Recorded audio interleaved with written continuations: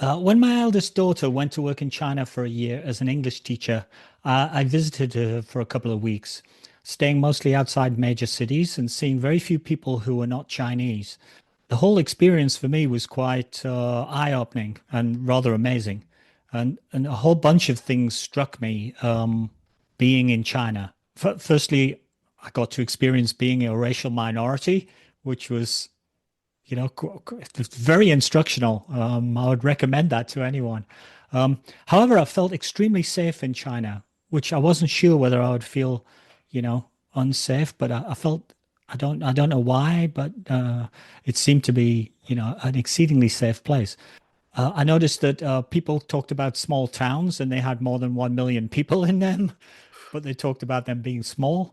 Obviously, there are a lot of people in China, but they seem to be very hardworking, quite entrepreneurial, which I found to be surprising and generally very happy.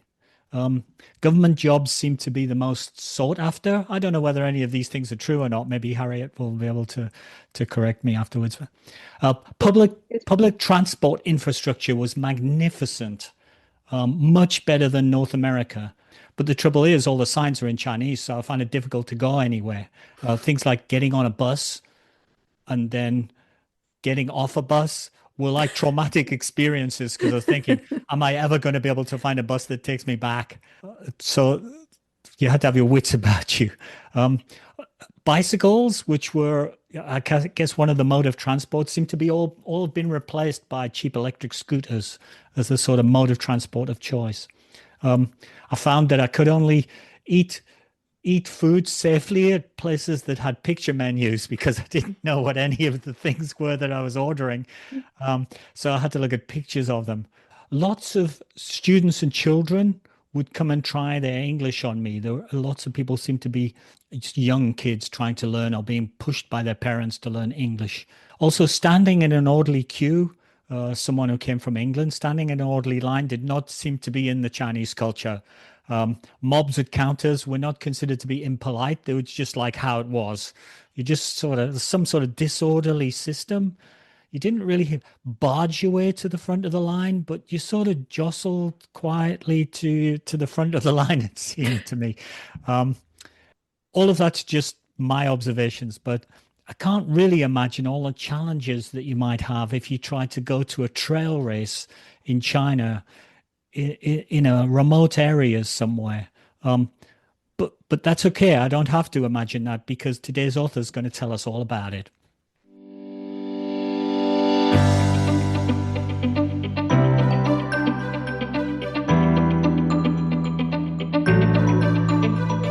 Hi, and welcome to Running Book Reviews podcast, where we review books written for runners, about runners, and by runners to help you decide if you'd like to read the book for yourself.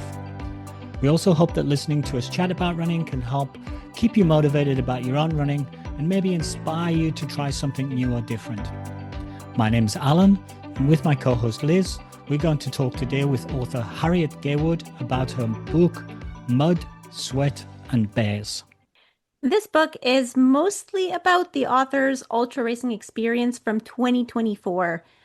Before you think that the book is going to be about conquering a 100-miler or any other single race distance, I'll let you know that Harriet's 2024 race season had 1,850 kilometers of official racing, with a lot of the races being like 100 kilometers or more. So quite a lot of racing. So I think, yeah, we'll have to find out how she jammed all that into her calendar because that just seems almost impossible. Harriet races all over Asia and she shares her experiences in some of the races, as well as a few little tidbits of information at the end that she's learned through her experience. So she's got some kit essentials, a little bit about nutrition and training. A little bit about Harriet, although we'll learn a lot more during the podcast. Harriet Gaywood was born and educated in the UK, but has been living and working in Asia for nearly 30 years. She took up trail running in her 40s, and as we'll hear, has run many trail ultra marathons around Asia. Her 2024 racing year let her qualify for the 2025 UTMB. So maybe she'll tell us if she's planning on doing it and if she's started her training. She has also recently decided to start her own business so that she can spend more time in the trails. And maybe we'll hear about that too. So, welcome to the podcast. Thank you very much. Thank you for having me. So, before we get into all the details, we usually ask everybody how they decided to write a book because writing a book is a huge undertaking. So, what made you decide to write this one? That is a great question. So I spent my entire life in public relations and communications, and I was always writing for other people. So I would write for CEOs, I would write for companies, always in the voice of other people. And I decided it might be interesting to start telling some of the stories about the races I was going to. So I started just with short articles, just introducing sort of one race at a time, and they were quite well received. And through the year, through last year, I realized I was assembling quite a lot of nice stories, and thought it might be interesting to actually put them into more of a sort of formal format, which was the book. So that was sort of why I decided to start writing about it. But I suppose in the process of thinking about what would be interesting, that was, a big question. I think that was probably something which was holding me back in the past. Is like, what's my perspective if I'm writing? And I realized, particularly after COVID, there aren't many foreigners living in China, particularly not ones who are actually going to races, ultra marathons, or any trail races. And typically I'm either the only foreigner or one of just a few foreigners at a race. Oh, so wow. I thought it'd be quite interesting to, first of all, encourage more people to come to races. And the only way for people to understand what these races are about is just to write about them and to tell some of the stories about some of the places. And then the other thing is I realized, I suppose, because, as you mentioned, I started running relatively late. I started in my 40s. So I think one of the things was, well, what can actually encourage other people to run? And, not everybody is going to be on the podium all of the time. There are a lot of people who need some encouragement to start running.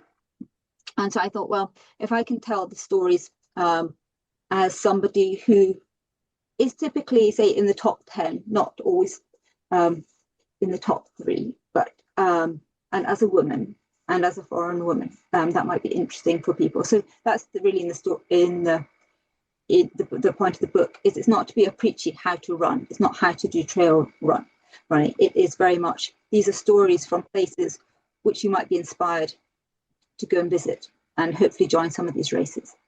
Along those lines, it seems like some of those races, I mean, when especially I think the ones that are more at the beginning of the book, it seems like you were often chasing cutoffs.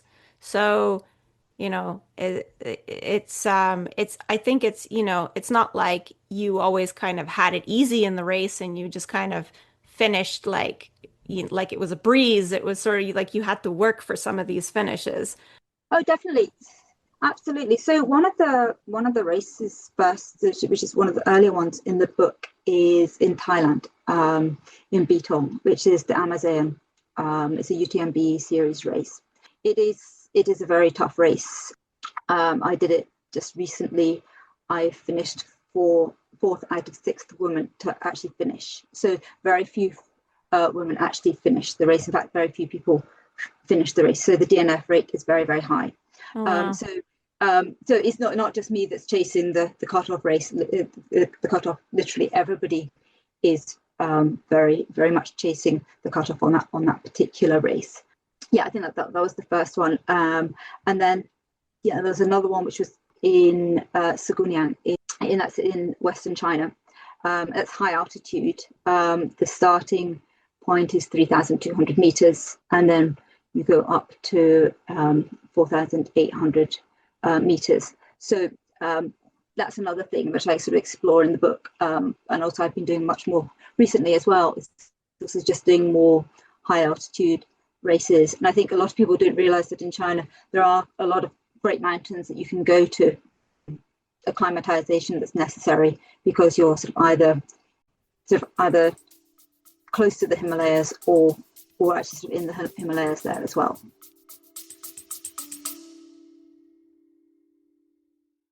Do you take caffeine when you run? Lots of people do because it's in gels and stuff. And caffeine's legal and it's been proven to work. There's actual science that shows that it improves your endurance running performance. And there's anecdotal data from when you have your coffee in the morning and you go for a workout versus when you forgot to have your coffee or you didn't have time and you went for a workout and it was terrible. And the trouble with coffee is there's a lot of liquid just to get your caffeine dose. Yeah, so then you have to stop for the bathroom mid-workout. Very impractical, which is where Caffeine Bullet comes in. What's Caffeine Bullet, Liz? It's it's a caffeine supplement. It's wrapped up like in a candy. So, and it tastes like candy. And you can get 100 milligrams or 85 milligrams, which is about a cup of coffee, but without the liquid. So we've tried the mint flavor and the chocolate orange flavor. They're both pretty yummy. If you want to try them for yourself, we do have a 20% off discount code. So go to the link in the show notes and you can check out what Caffeine Bullet is and get your 20% discount. Pretty generous. It is pretty generous. And we'll get a small benefit, so you're helping out the Speaking of which, back to the podcast. Yeah, if you're getting 4,800 meters, you're actually exceeding That's pretty high. anything that exists, I think, in North America. There's no altitude like that in North America. So forget Europe. I mean, that's hills compared to the Alps are almost hills compared to Chinese or mountains or Himalayas. Maybe I should wind you back a bit and ask how did you end up? What caused you to be in Asia for such a long time? You were telling us earlier that you arrived in the 90s. That's, anybody arriving, say, in China now, well, the world's a much smaller place than it was in the 90s. That must have been quite pioneering and quite eye-opening for you to establish yourself in China. Yeah, I mean, I arrived just shortly after I graduated, and I graduated in music. So very different from running. And I went to study at Shanghai Music Conservatory, and I did a master's in guqin, which is a traditional Chinese instrument, and did a master's in the subject. And then when I graduated, China was really just developing. It was really in terms of the modern China that we see today. And so I decided I wanted to stay there. You mentioned some of the problems with the communication. I was also just starting to learn Chinese at that point as well. And so it seemed a very natural thing to stay there where I could improve my Chinese and just be in the environment. And there were very few foreigners there at the time. So it's also, the immersion was a great opportunity just to learn the language. So then I moved into PR and communications and spent my time in sort of agency life on the consultancy side. Spent 20 years there. And then I moved in-house to sort of one of China's largest telecommunications companies. And then I set up my own business last year. So Liz, you were talking about making time for both. And so now I have my own company, so I can get to races early. I can acclimatize. Give yourself vacation time. Yeah. I can. Well, even I think the beauty of working and just having a laptop is you can be somewhere which is high altitude. You can be acclimatizing, and then you can get to the race on time as well. So yeah. It's like all you need is that internet connection, right? Yeah. Exactly. And I think that's another thing people don't realize actually China actually has very good internet connection. It's everywhere. Yeah. So it's actually very easy to get a connection, probably easier than other parts of the world. Oh, wow. Like the UK. I mean, it's much easier than, say, the UK, and it's better quality. Yeah, I mean, what struck me about China was a lot of its infrastructure has arrived recently, and hence it's more modern. Absolutely. Things like the railway system.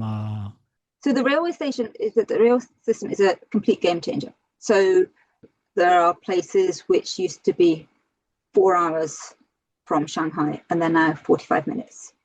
That is incredible. That's like saying like you can do Montreal to Toronto, which is like very common travel, in an hour. An hour. And because I think you said the trains go something like over 300 kilometers an hour. So it would be like I don't know, an hour and a half to get to Toronto, which is like insane. Yeah, no, it is, and they've just announced one of the fastest ones, which is over 600 kilometers an hour, Oh, wow. between Shanghai and Beijing. But that isn't operational yet, but it will come into effect.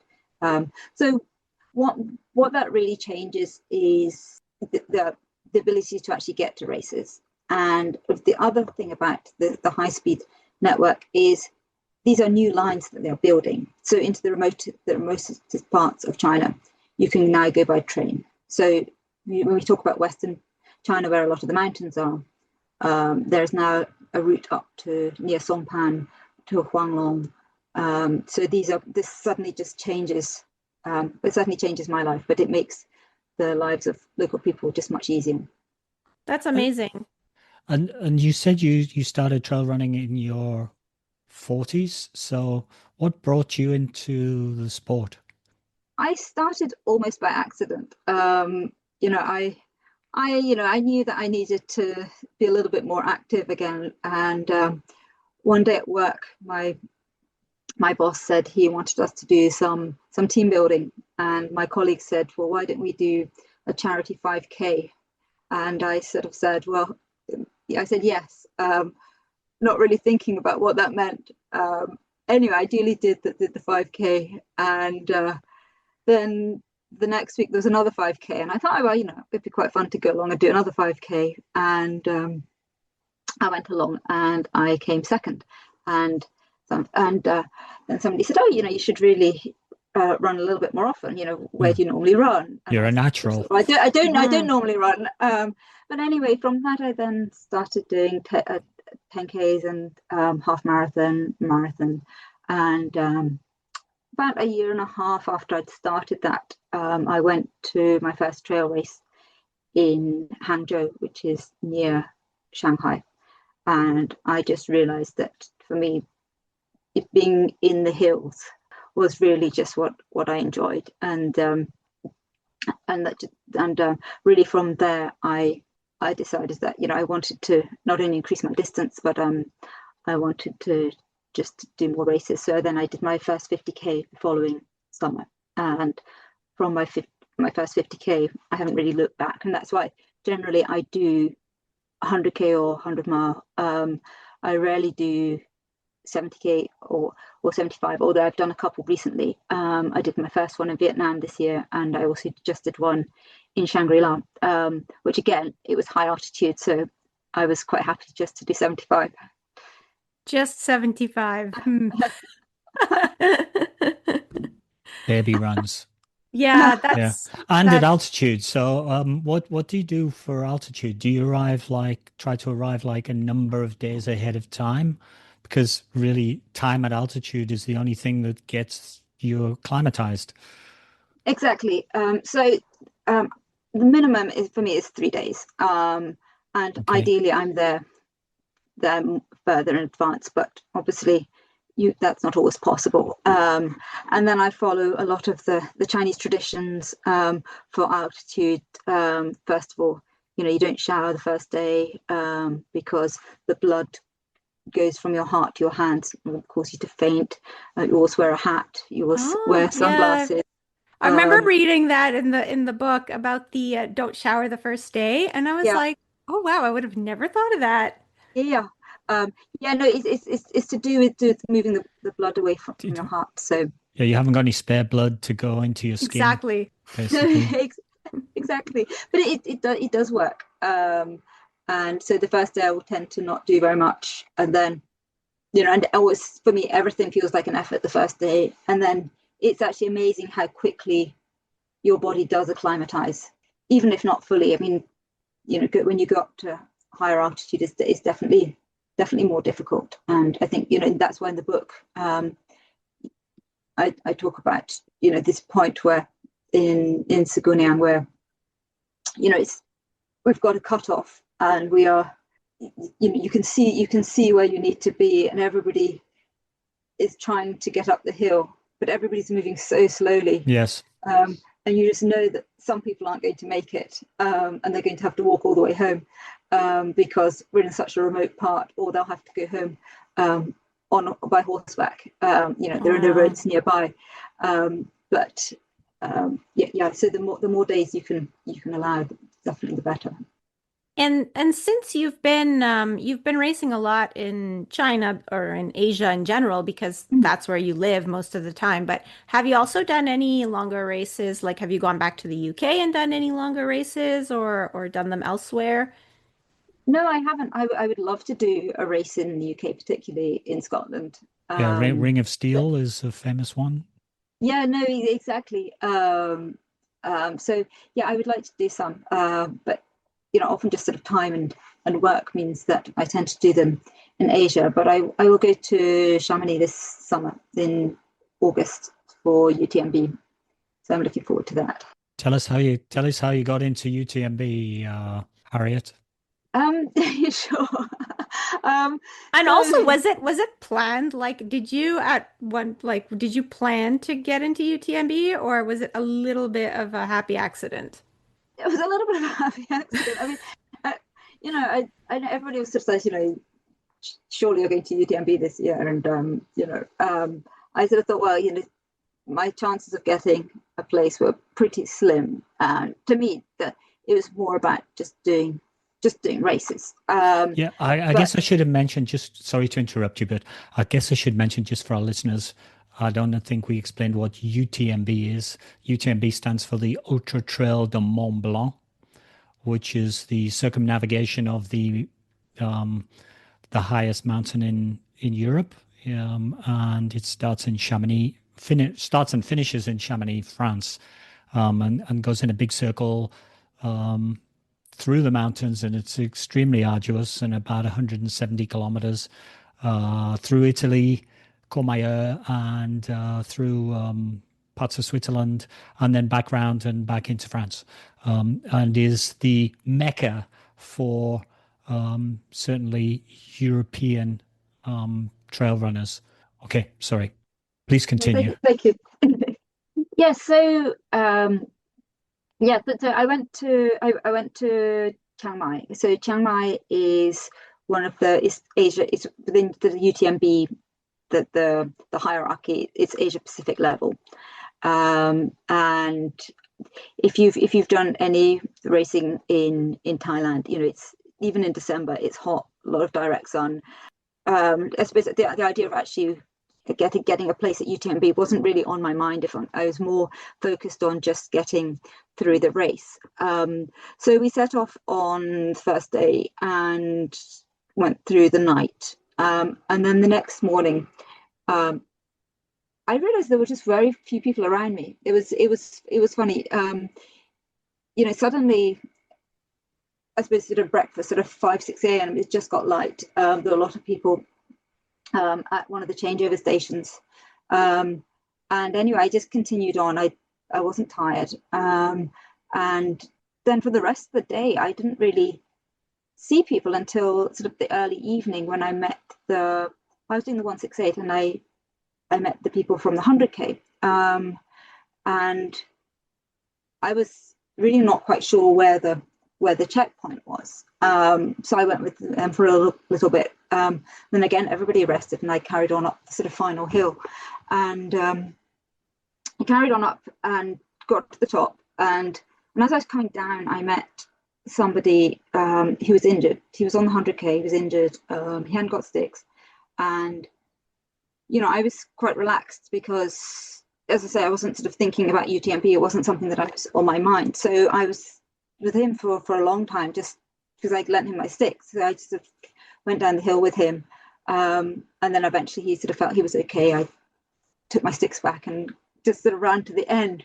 And I was at the airport, and I got a call the next morning saying, "Are you coming to the prize giving?" And I said, "Well, what prize giving?" Nobody mentioned that I should be at the prize giving, and I was all just boarding my flight. And then I realized I was first in my category, so therefore I had the place. Oh wow! So yeah, it was a complete surprise. But yeah, it was very funny because nobody had mentioned anything as I came across the finish line, and so I suppose maybe nobody had realised. But it was very funny.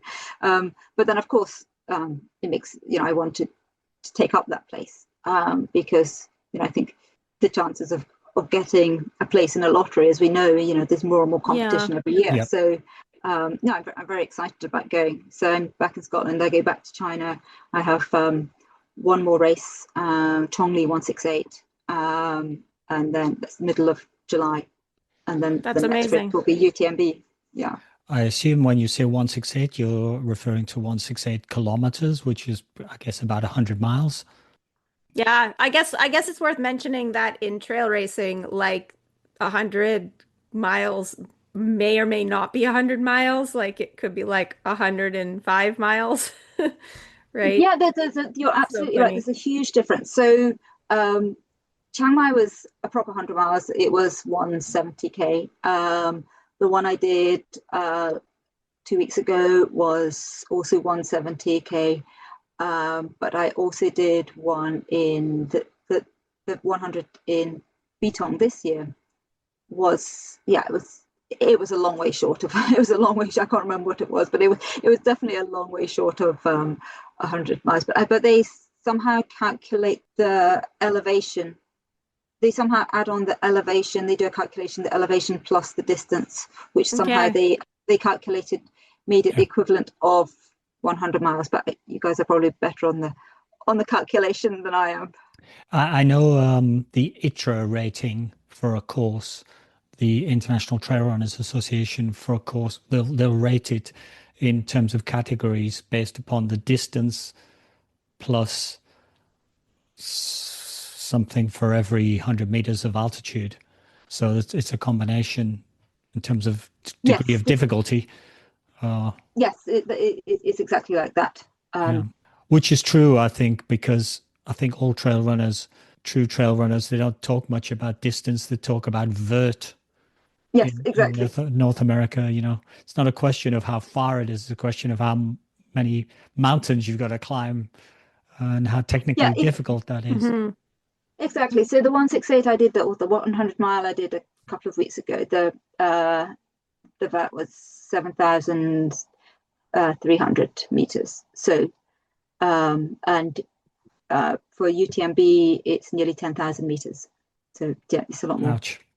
So you do a lot of these like just straight up really long races. Do you ever do any like stage races where, you run a certain amount per day, but you get to sleep at night? Like have you done many of those? And I think you hinted before we started recording that you find that those are more difficult.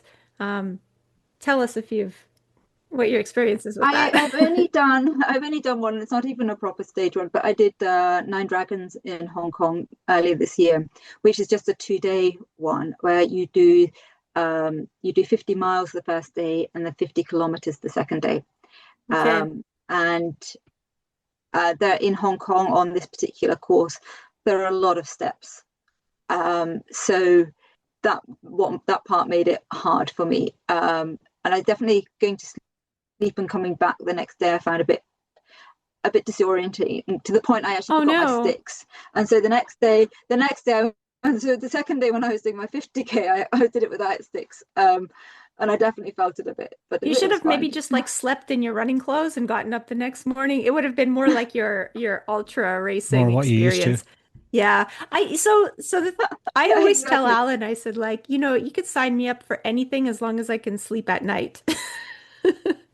So, So I think the sleep part is really important. Like I'm sort of known in China because I'm very happy to take power naps, and I would take 5-minute naps. I would take 15-minute naps, but I have to take them. Whereas a lot of people are better on sort of taking gels and things that keeps them going. But I don't take gels, so that makes it tough for me. So I need my sleep. Okay, so this is a secret to your success, Harriet. You power nap your way through a mhm. long event. Keep yourself strong by keeping yourself rested. What do you take instead of gels? Because obviously you need to fuel these like really long Yeah. races. So, Exactly. So I just try and have as much, I would say, the proper, at least better food. Like normal food, real like food. Yeah, like, I'd say yeah. So I would take oatmeal, and there's always hot water at races in China, and I think it's funny that the hot food thing is one thing which people in Asia find harder when they go to UTMB and they go to European races, is not having necessarily always having hot food. yeah, I noticed that you have a lot of ramen in your races, like you have Yeah. like ramen noodles and soup Yeah. and things, and I'm like, that sounds fantastic. I mean, I want to go to a race that has ramen noodles at the station. There's something just about having hot food during the race. It really helps me. And for a long time I didn't have decent food, and I would sort of ignore the noodle stand, and I would ignore the rice congee. The rice congee is probably the best thing, or like millet congee. It's just having that hot food inside you makes a huge difference. So, but they don't always have it, so I always take oatmeal with me, and that seems to help. And then nuts and things. But we also have the other things like ginger tea. Ginger tea is it sounds slightly counterintuitive, but when it's very hot weather, having ginger tea actually cools you down. So again, a little bit of a Chinese Chinese science in there, but it really does feel good, and it's also very sweet, so the sugar is good. Are there things running in Asia? I'm just listening to you talking about food like rice congee. That would be the Chinese version of, I don't know, a small baked potato that you could dip in salt or something. In if you were running in Scotland, for example. So are there any things running in Asia that are kind of unique or particularly special or challenging? I think in terms of the courses are quite different. So often whereas even say in Hong Kong, you tend to be on public paths. There are trails that are set out. In China, often they're just cut out for the sake of the trail, for that race. Okay, Wow, okay. It's very much sort of cross terrain. So I think that is often quite difficult, in the sense that you really have to follow the markers. And it's not like you can follow a well-worn path. The trail kind of doesn't present itself necessarily. No, exactly. So if it's misty at night, you're just looking for the markers to take you, say, through the forest. So I think that is one thing which I think is quite different.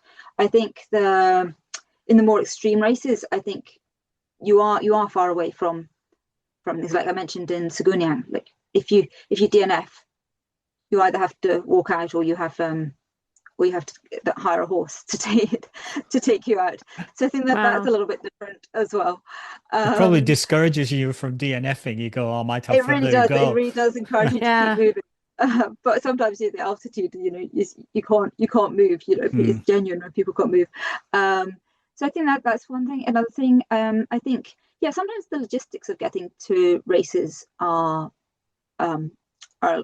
slightly inconvenient. I think you have to, like, as I mentioned, you have high speed railway stations, and you also tend to have taxis and things that are available quite easily. But it's not like you drive to a race and you've got all your gear. So you have to be quite organised in terms of getting there or getting away.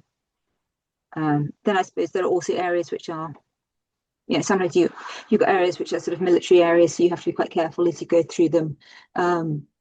Just follow the rules. You can't take photos, etc. But you're allowed through them. Even as a foreigner, you're allowed to go through them.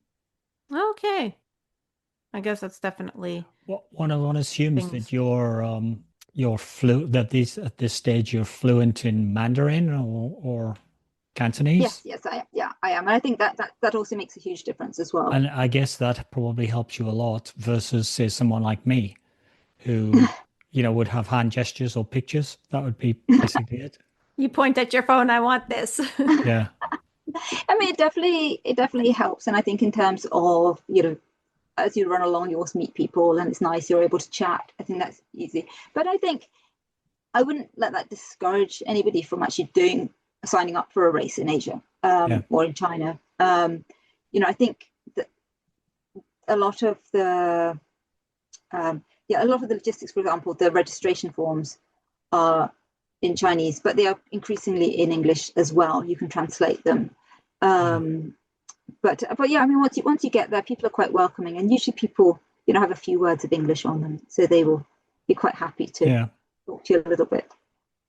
I mean, my experience in China was that people were super friendly, and I didn't do running there, but my experience running in Nepal was fabulous in terms of the appreciation that people seem to have for you, just farmers. And one quick anecdote from my perspective, during the race in the Himalayas, we were running along beside a field, and we saw three young, they looked like Shaolin monks. They were dressed as monks, but young kids, but they were playing football, they're playing soccer in the field in their monk robes.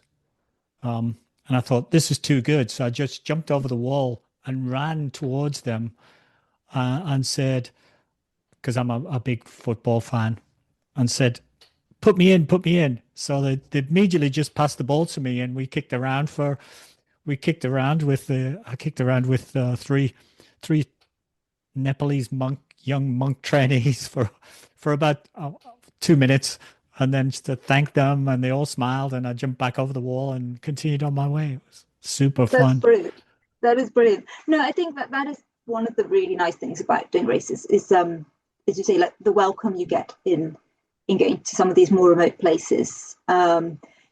If you in like Yunnan, for example, often like the local tribes will be there at the checkpoints. They're in their national dress, singing or welcoming you as you arrive at the stations, which is just amazing. The reception you get. And it's not just because you're a foreigner, it's there for everybody, because you have to remember how big China is. You've got people coming from all over China, and they're not necessarily used to the local culture either. Yeah. So it's really there for everybody, which is really nice. And are all of these races like kind of like well established, like the ones that you talk about in your book, or do they sort of pop up very frequently, new races or races that have since like stopped existing? During the last few years, there's been a massive surge in trail racing in China. I think there are something like, I was going to say there are about 1,800 races a year, right across the country. Most of them have, like Chongli, for example, that's been going for I think about 10 years now. Some have been going for like sort of 3 or 4 years, and they're sort of gradually maturing. Most of the races, once they've established a route, I mean, you have to remember that when you create a race in China, there's a lot of negotiation with the local government. You have a lot of negotiations to also get local volunteers as well, and there tends to be like a 5K race for the local community on either the day before or the day after, and so typically they're starting to recognize the extra tourism that is brought in by having a race. And I think, those sort of benefits are becoming clearer. So, they're more and more welcoming. So I think once a race is established, unless there is a big problem with the races, I mean, there are definitely some races which have folded, particularly during COVID, but they're starting to come back now. So, there may have been sort of 3-4 years when they weren't held, but they're now looking at either re-establishing routes or doing alternative routes. And the routes aren't always the same. So, for example, the Checheng one I did, the 168 I just did, it was a very different route from last year, but it was still in the local area. So, yeah, I think that the interest in trail running is in China is huge. And the other thing is that people are actually very interested in traveling abroad to races. So you often see people on a race, they're wearing a t-shirt from a race in the US or another one in Europe or somewhere else in Asia. And people are, so for most people in China, being able to join UTMB, that is the prize. That's what everybody wants to do. But they tend to do the CCC, they do the 100K rather than the 168. And for you, it seems like you've kind of fallen hard for these ultra long distances. Have you, do you ever go back and do like, a 5K? I mean, other than in training you definitely do, but as a race distance? I don't, to be honest. And it's not that. I mean, I think the foundation of 5K. And I say this to a lot of people. I say, like, if you can do a good strong 5K, you can probably do a trail race. I mean, you can scale up pretty quickly. I do think, like, there's a basic sort of fundamental of running, which is once you've got that part there. But it's more just time. The last 3 weeks I had races, and then I didn't race last weekend because I was here in the UK. And so it's more just the opportunity. But if there's a local race in Shanghai, I would probably go and do it. But it's not. It's just a time thing. And definitely time is time's limited for you because we mentioned at the beginning how many races you did in 2024. Mhm. How many weekends of 2024 were occupied by racing? Probably by half of them, at least half of them. Yeah, so I did. I mean, I didn't mention. I mean, that's the thing in the book. I don't mention all of the races I did. Some races you have a nice time, but really, in terms of something that the reader might be interested in, there was nothing to write about. So so I think it probably did about 18 races, 15, 18 races maybe last year. And you never get to a situation where you're fatigued, where you feel fatigued, where you're going into a race, you've raced 3 weekends in a row, and you go, this is foolish. I shouldn't really be doing this. This after the last one, it wasn't. I did the last when I did 3 weeks in a row. Yeah, I got to the Tuesday and I realized that because of the holidays, basically within 13 days, I'd done 300k of races. And I was sort of wondering why I felt tired. Then I was suddenly, the penny drops. And I said, okay, maybe you just need to have a bit of a rest and just get some proper rest. So I think it's a balance though, because I live in Shanghai, which is very flat. So in terms of training, yes, I can go out and do long flat runs, but I need to have the balance of going to the hills as well. So sometimes for a race, I'm not too fussed about my time. It's more just I need to be in the hills. So use it as training. Use some races as so training. I use it depending on the races. Some I will take more competitive sort of attitudes. Others I don't, because I just literally just want to get through. Yeah, so it's also balance. And then also, I mean, you just have. I think this year there's been a lot of rain. So I've had some very, very wet races recently. I noticed that in your book. There was a few wet races in your book as well. Yeah, I mean the weather's, and I think that's the other thing is just putting yourself in these situations of extreme weather, extreme altitude, extreme weather, and just because they do challenge you and you learn from them. Even the basics of why do we carry our gear? And why do we have waterproofs with us? Why do we have a long sleeve thing? And there's always that feeling that it just feels like an extra item. It's a bit of extra weight. Am I really going to use it? And then when you suddenly need it, every single item in your bag in one day, you realize why you have it. And also just how quickly the weather can change. I mean, it's like anywhere else in the world. You can be sort of 35 degrees and then suddenly really, really cold. And I think, especially when you're running, you're giving out so much energy. Just making sure you keep warm, I think that's essential. I think especially at altitude as well, it can change extremely quickly. Yes, exactly. But also even at a rest station, your body temperature just plummets as well. So that's also that balance of, do you stop and take in food and sit there and get food, but you're getting cold, or do you keep moving? Your description of your races, the distances, the altitude, the weather conditions, sometimes some of the races appear extremely challenging, equivalent to the Mont Blanc type of race with quite significant challenges. But your completion rate on races is quite impressive. You do many, many races. It seems rare that you would not complete the race. I wouldn't say never, but almost never. Yeah. So what's your secret? Yeah, you're right. I don't DNF. I definitely have, I suppose, a certain determination to keep going. But I think I'm also quite pragmatic in terms of my pace as well. I think, and that's something you do develop over time, just the experience of doing longer distance races. The first 10K, you will see people, streaming off, and you're not going to sustain that. And, unless you really are an elite runner, you're not going to sustain it for 168 kilometers. So I think just learning to pace yourself. I think learning to pace yourself, and also learning to eat as well, which sounds really odd thing to say, but I think, you get to a rest station, you might not feel hungry, but you have to eat. And so just, just being fair with yourself. The other thing is, I go to races by myself, and I typically make friends around 25 kilometers.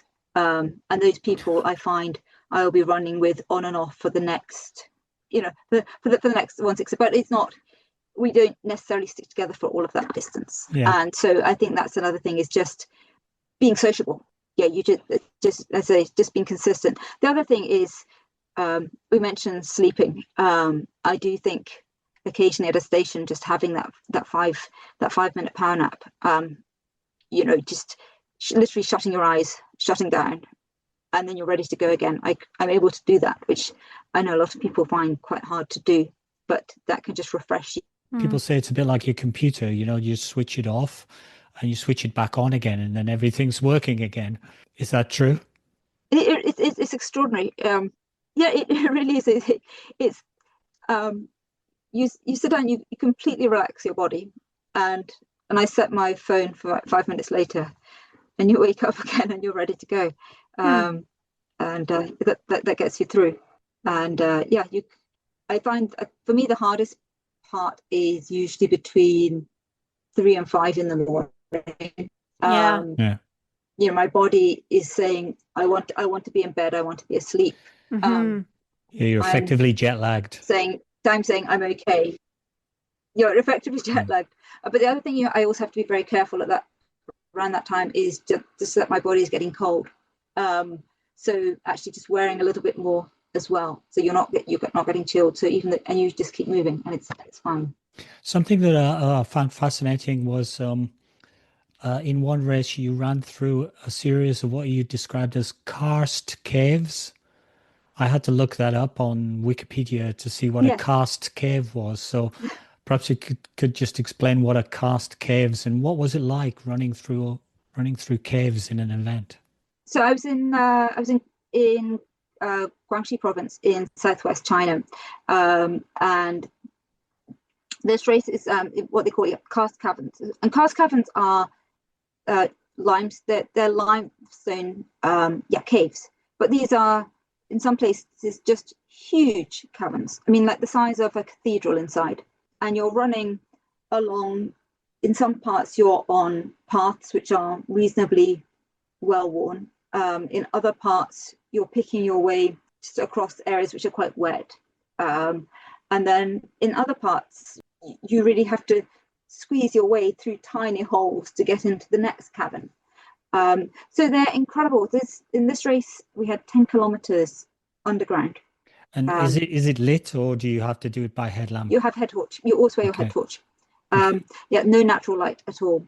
And in one part, you could actually look out and you could see the greenery around. So you're really looking into a sinkhole below you, and then up above you can see the sky, but you're still below ground.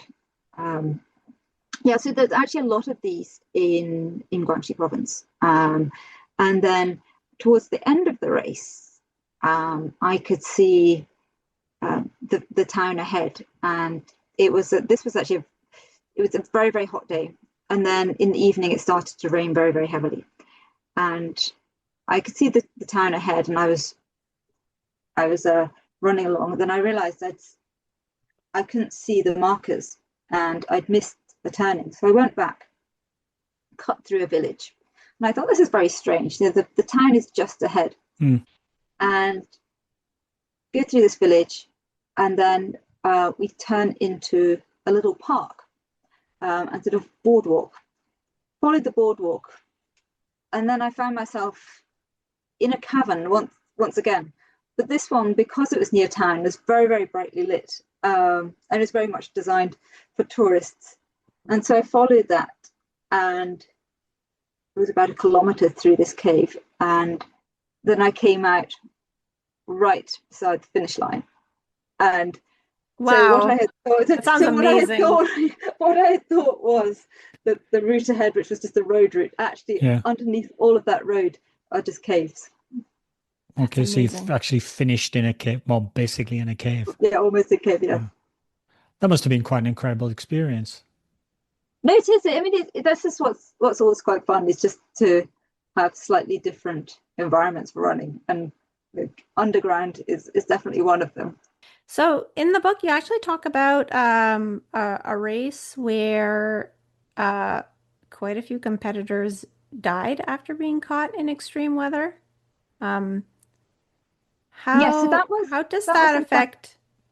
Yeah, Sorry, Karen. how does that affect like the race itself? I mean, when something like that happens, like does the race get canceled in the future, or do they need to put in some measures for safety or those kinds of things? I know it's always a risk, right, with these, especially ultra running. Like ultra running, I mean, part of the attraction is that it goes through very remote places, and but all those remote places, I mean, if something happens, I mean, they're remote, so help can't get to you very quickly. If you're, at altitude, weather can change really quickly. So there's all those things that make it sometimes, you just don't know what'll happen. But tell us about this race. So this race was actually back in 2020, and it was a race it's called the Yellow River, up in Gansu province in northwest China, and it is quite a remote area. So the race took place. It was, I suppose, it was still during COVID, and it was at a time when races there was still a bit of an explosion of races going on, and in the sense that every government wanted to be hosting a race. Now, sort of looking back at that race, they invited a lot of the top elite runners, and because it was more remote, they made, I suppose, some arrangements which, in retrospect, you wouldn't make. So, for example, the changeover station was quite far away, so everybody had to do their drop bags the night before, which meant that the next day at the start of the race, all of their warm clothes and their waterproofs were already at the changeover station, sort of 50 kilometers away. And then they set off on this race. They knew that there'd been a change in the weather, but they thought it would be okay, and they completely underestimated what that extreme weather would mean. And of course, people were wearing very little, and they were caught in hailstones, and 19 people died.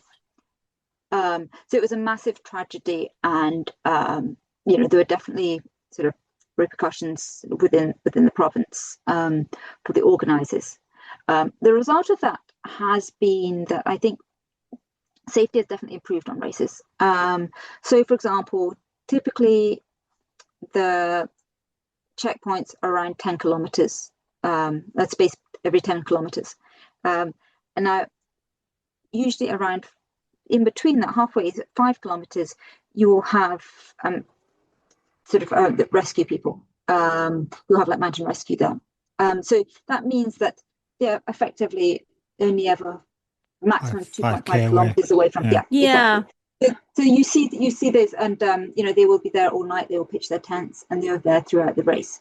So that side has improved. The other thing is in terms of mandatory checks, like we mentioned, like carrying gear. Nobody really likes carrying all this gear, especially when it's a hot day. You're like, why do I need cold weather gear? Yeah. But they're very, very strict on that, and they will check usually once, but sometimes twice during the race to make sure everybody's still got their gear. Okay, so they make sure you didn't put it in your drop bag or something on the. Yeah. And on the top of that, when you get your bib, there's also a tag which you have to put on your bag. So you can't sort of run out, then swap with your bag for a lighter one. And you still have to have the tag on your bag at the checkpoints. That's another thing they've put in place. The other things that they've done is they're much stricter on certificates. Actually, you do have to show that you've got some previous experience. And before that, they were quite lax. Some of the races you didn't have to have any previous experience to sign up for a 168, which to me is just like crazy. And now you have to have something which is at least 100 or 75. So they're much stricter on that side as well. So I think generally the standards have improved. And then, of course, there's just good first aid at all of the stations. The other thing is a lot of runners act as volunteers. They also act as first aiders as well. So that means you have people who really understand the kind of injuries that people might get when they're at the aid stations, which is a change from the past. Before, you just had the local hospital coming along, and they don't really understand some of the typical sort of running injuries. Yeah, so I think all of that is good, and it's making the industry just a little bit safer. Yeah, well, it's good if something good comes out of it, I guess. Because Yeah, exactly. No, quite shocking when it happened. It really was. It really shocked everybody, because everybody knew these runners. I think from the elite, I think only one of them survived. So Wow. That's it's quite sad. I mean, yeah, it really was.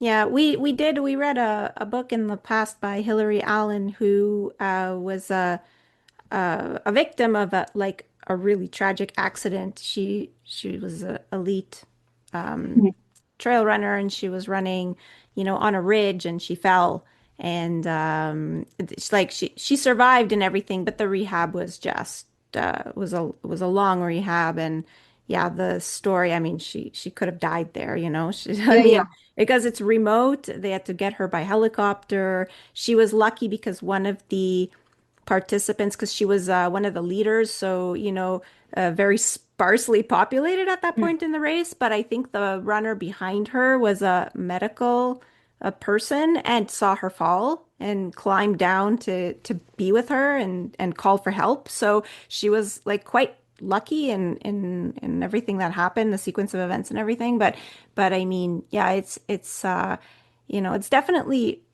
one of the risks, I guess, if you're running in these places that are, they're beautiful and remote, but they're also remote and dangerous, I guess.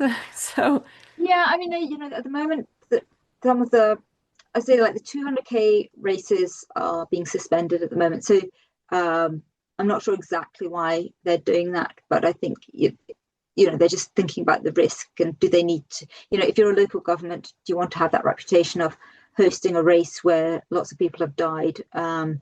It's definitely not a good look. It's and I think, so that, even if one person, I think bizarrely, I think statistically more people are dying doing marathons than they are doing trail races. I've never actually heard, apart from that accident, I've never heard of anybody dying on a trail race in China. Well, I mean, there's also that there are more people dying on their couch because of inactivity than during running races. But the thing is, the running races get all the bad press, right? Because they're like, oh my God, this person ran a marathon and they died. And so the people that are non-runners, they kind of look at that and they're like, whoa, the running races, that's dangerous. And then, you'll have that reaction. You'll have, your coworkers being like, oh, you're doing another marathon? Like, is that safe? So Well, they had. Well, this is the thing. It's in a race a couple of years ago in China.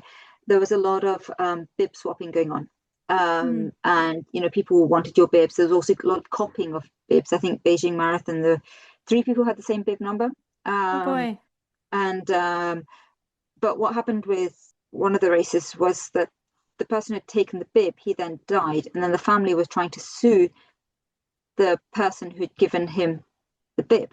Oh, wow. Okay. So you're now having these kind of cases, which are very, very extreme. So people are also thinking, well, we're not going to we're not going to share our bibs. I've had people asking me for that.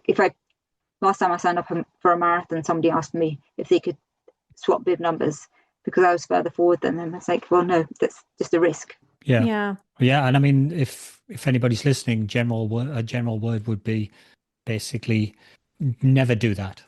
No, exactly. Don't do that. It's a really bad idea. One, it's usually illegal in terms of the race rules, but it could result in tragedy in an extreme situation. Although I'm going to say that, yeah, it can be illegal to run with someone else's bib, but a lot of races will let you officially switch the name. Different ball game. Yeah, so I mean, yes, there's usually a fee because it's administration for them, but like just, do it the right way. Yeah, do it the right way and actually have the proof that you have the experience to complete the race. Mm-hmm. Flipping the script a bit from, tragedy and learning from negative things. Are there some areas in China or Asia, I guess, particularly that you really love, that really surprise you or turn you on? I could see you starting to smile. So you're obviously thinking about it already. Or a certain race. Yeah. I think definitely Bitong which is on the Thai-Malaysia border. I think just being in the jungle there is just an extraordinary place to be. And it's tough. Everything is just big. The leaves of the plants are just bigger than they are anywhere else. The logs that you have to climb over, you literally have to use your whole body weight just to get over the tree trunks. So everything is just on a sort of giant scale. And there are also nasty parts about being there. There are, you've got leeches, which I absolutely hate, and you sort of see them on your leg and things.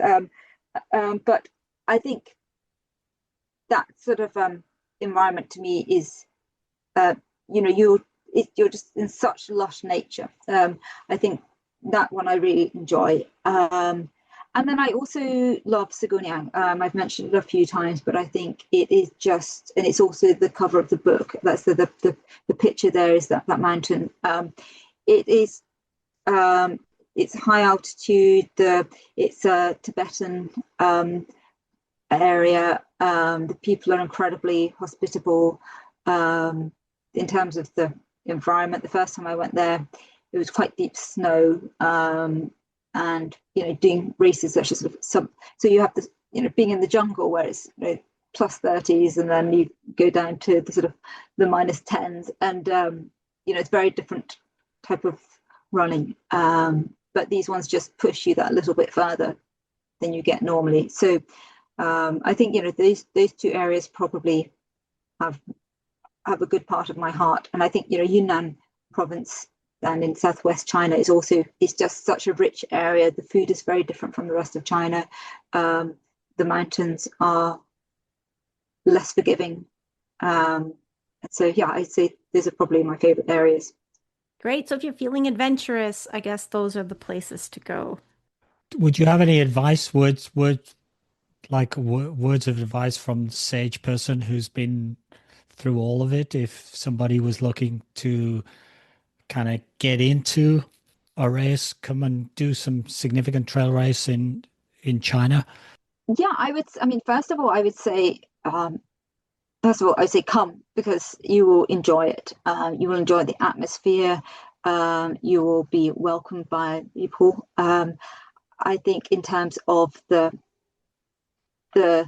distances you're signing up for, get ready to be surprised by some of the standard of the races in China in terms of the speed. Some of the elites that you will see, they are just incredibly strong now, and that is one thing which has really changed. I think there was a time where as a foreigner you could have probably turned up and won a race. That is unlikely to happen now, so get ready to be challenged. And then I think the third one would just be get ready to actually enjoy the race, and by that I mean go at your own pace. You will find other people who are of a similar pace to you, and you will be surprised by some of the nature as well that you will see in some of the views. And sometimes that's what makes the race experience that much better is because you shared it with, even if it's somebody that you didn't know before the race, you end up kind of sharing the journey, which sounds like it's part of the attraction of trail running in general. Oh, absolutely. I think one of the things I also enjoy is actually, after the race, I get messages from people and they say, "Here's another race. Are we going to do it?" And there's barely a conversation. It's almost just like, yes, okay, yes, let's go and do it. And because there's just that sense that if you've done a 100 or a 168 together, that you're like-minded people. You know that you can both get through, and why not? And I think that's really where you really sense the community. Great. So, before we wrap things up, do you want to just mention anything that, that you're working on right now, if there is anything, or, what's going on right now, what's next, I guess? Yeah, absolutely. Thank you. So I mentioned I've got a couple of races coming up. I've got Chongli, which is Chongli 168, which is where I did my first 50K. I've got UTMB coming up. I'm doing the 168 there as well.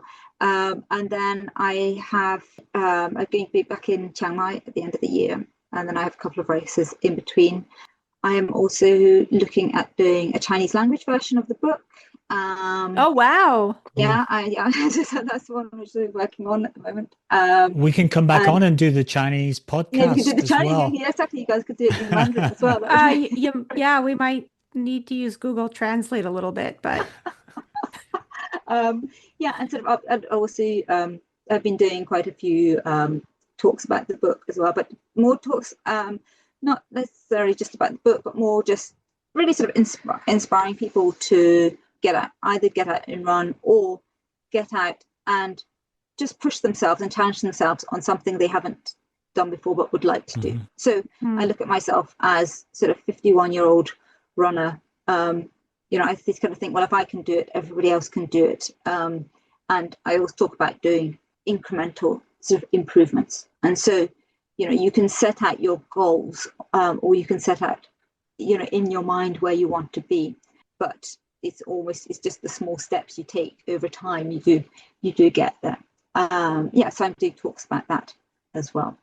And then I may do some more updates to the book. I'm not sure. We're still deciding what that would be.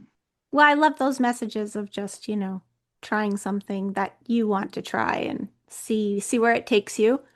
And then for the book, do you want to direct people anywhere special to get a copy, or is it, Amazon the place to be?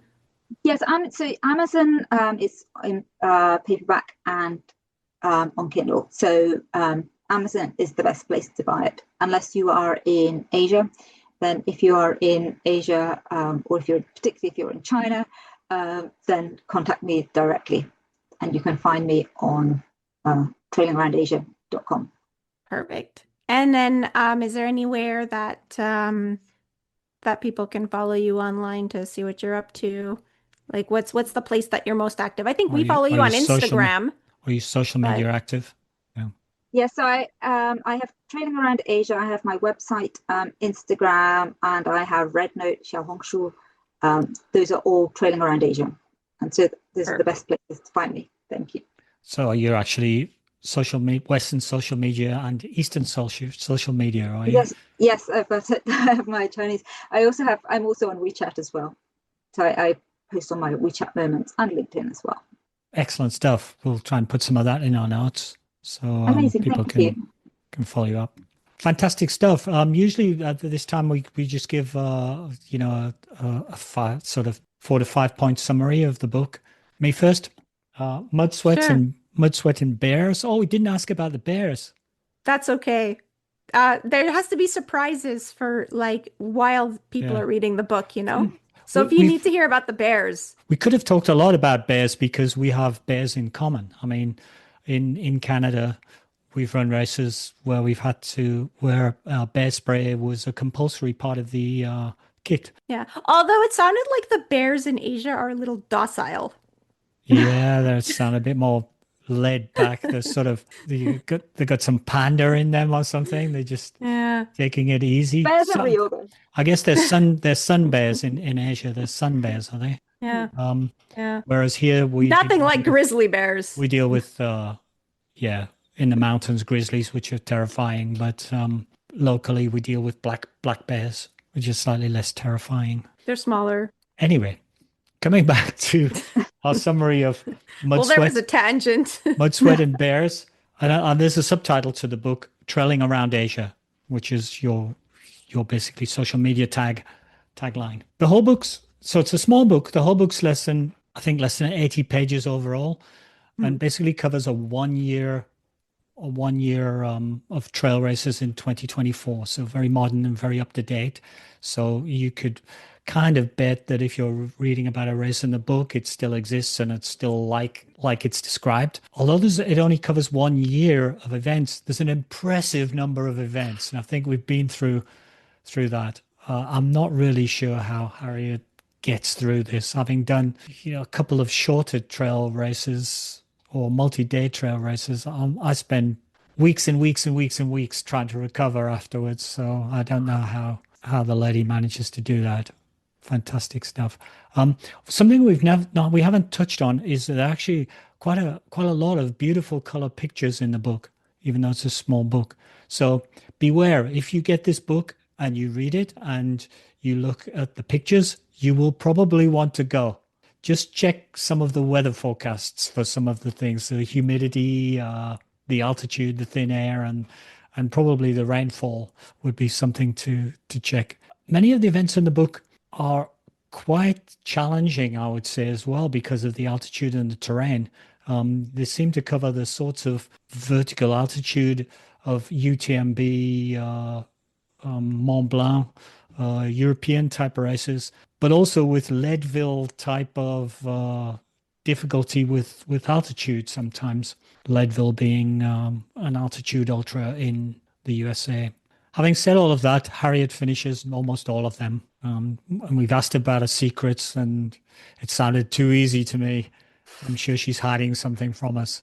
The book kind of describes the runs and Harriet's experience of the runs. So there's not lots of background about Harriet's childhood or anything like that, which people do sometimes do that in the books. So just so you know that what you're getting is pure trail porn, as I would say. You will live vicariously on the trail through the book alongside Harriet. So, if you love trail running anywhere in the world, basically, you'd enjoy going through this book. It's basically a pleasure to read. I guess I'm echoing a little bit of that. If you're looking for like a destination ultra, because most of our listeners are not in Asia, but trail runners, they occasionally like to go and do big scary things in remote, beautiful places. So there are several to choose from in this book. So it is that trail porn that Alan was talking about. If you're just getting into ultras, then this book includes a list of gear at the end, which could offer a great starting point to make your own gear list. Obviously, gear lists, they can change from race to race and from person to person, but Harriet does give you her list of gear, and so that could be a good starting point because at least you won't be missing anything essential. And then you would just have to check each race to make sure that they don't have something mandatory that's somehow special.